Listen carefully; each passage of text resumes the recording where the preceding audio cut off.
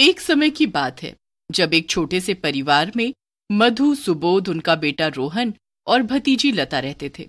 लता के माँ बाप बचपन में ही गुजर गए थे। मधु बहुत ही बुरी थी।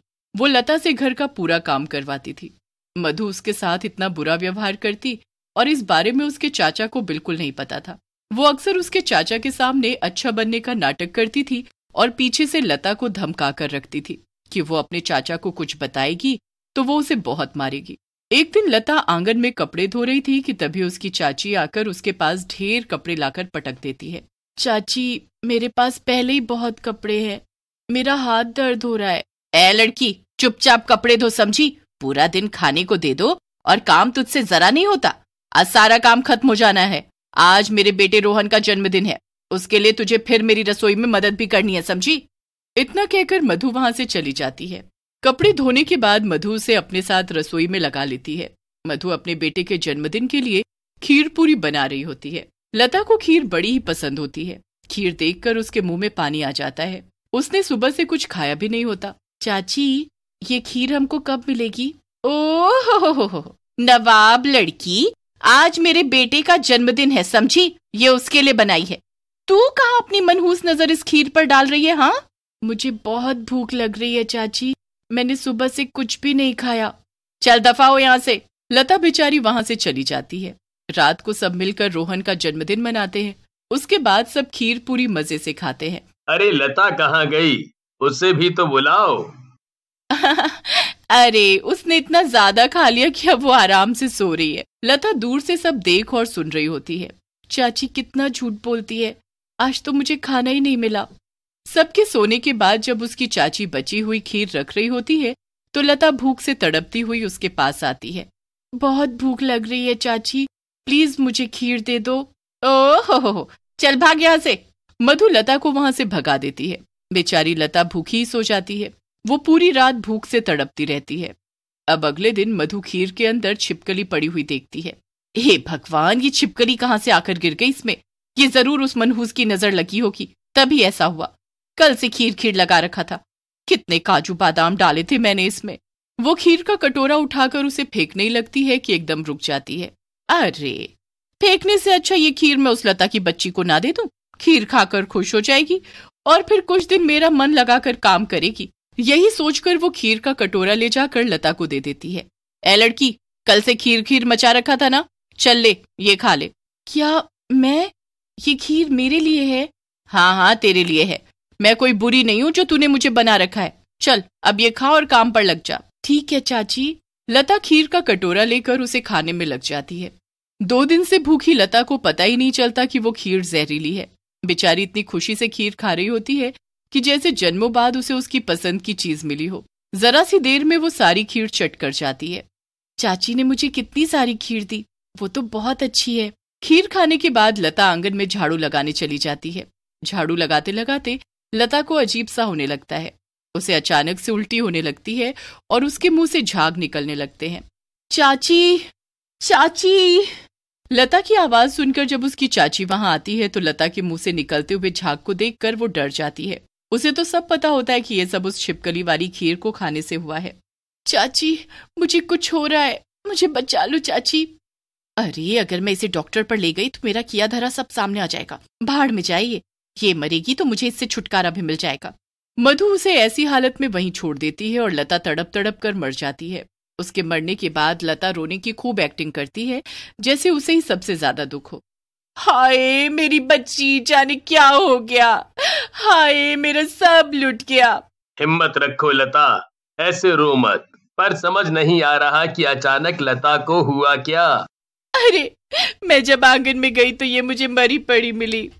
किसी को कुछ पता नहीं चलता कि लता कैसे मरी है। मधु अंदर ही अंदर बड़ी खुश होती है कि जो उसने चाहा बिल्कुल वैसा ही हो गया। पर उसे क्या पता था कि उसके किए का दंड उसको जल्द ही मिलने वाला है। कुछ दिन बाद एक रात जब मधु बाहर के कमरे में होती है तो अचानक कमरे में ढेर सारी छिपकली आ जाती है। हे भगवान, ये इतनी सारी छिपकली कहाँ से आ गई? भागो यहाँ से। जैसे तैसे वो छिपकली को भगाती है कि तभी बाहर से एक आवाज आती है। आवाज सुनकर मधु बाहर जाती है तो उसके होश उड़ जाते हैं। उसके सामने एक चुड़ैल खड़ी होती है। मुझे बहुत भूख लग रही है, मुझे खीर दे दे। खीर मुझे बहुत पसंद है। जा, जल्दी मेरे लिए खीर ले आ। मधु उस चुड़ैल को देख जोर से चिल्लाती हुई घर में वापस आती है और सुबोध को सब बताती है। सुबोध जब बाहर जाकर देखता है तो बाहर कोई भी नहीं होता। वो यही थी, मुझसे खीर मांग रही थी। तुम पागल पागल हो गई हो, लगता है आज ज्यादा काम कर लिया। चलो अब सो जाओ। मधु चुपचाप सो जाती है, पर यह सब अभी बंद नहीं हुआ होता। अगले दिन मधु रसोई में खाना बना रही होती है तो उसे पतीले में आलू की सब्जी की जगह उसमें खीर दिखने लगती है, जिसमें ढेर सारी छिपकली उछल रही होती है। ये सब क्या हो रहा है मेरे साथ? क्यों ये सब दिखाई दे रहा है मुझे? मधु को अचानक खिड़की में वही चुड़ैल खड़ी दिखती है और आगे हाथ फैलाकर उससे खीर मांगने लगती है। मुझे खीर दे दो, बड़ी स्वाद खीर बनाती हो ना तुम।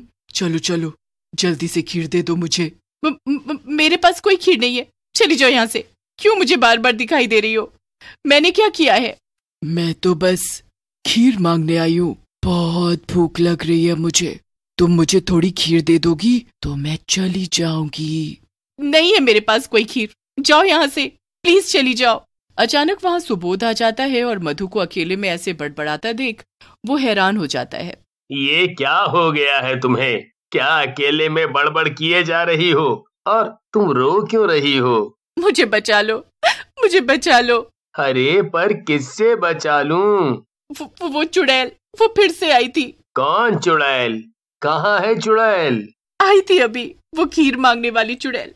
वो बार बार मेरे पास आती है और मुझसे खीर मांगती है। मधु से बार बार वो चुड़ैल खीर मांगने आती है। उसकी हालत दिन पर दिन खराब होने लगती है। सुबोध को अब मधु की हालत देख चिंता होने लगती है। वो लता की माँ को फोन करके सारी बात बताते हैं और वो अगले ही दिन एक बाबा को लेकर उनके घर आ जाती है। मेरी बेटी, क्या हुआ तुझे? देखो तो क्या हालत बना ली है अपनी।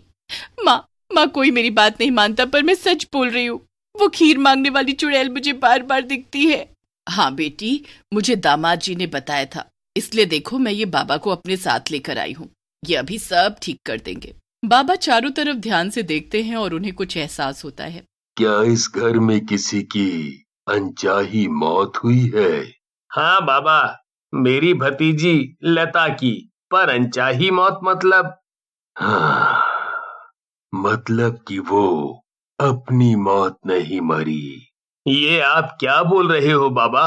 अभी सब पता चल जाएगा। ये सुनकर मधु घबरा जाती है और कांपने लगती है। तो वो चुड़ैल बार बार तुम्हें दिखती है? क्या कहती है वो तुमसे? खीर मांगती है बाबा। एक काम करो, अभी रसोई में जाओ, बढ़िया सी खीर बना कर लाओ। बाबा के कहने पर मधु बढ़िया सी खीर बनाकर लाती है। ये लो बाबा खीर। बाबा उस खीर को घर के बीचों बीच रख देते हैं और उसके चारों तरफ गोला बना देते हैं। उसके बाद बाबा अपने मंत्रों का उच्चारण करना शुरू करते हैं।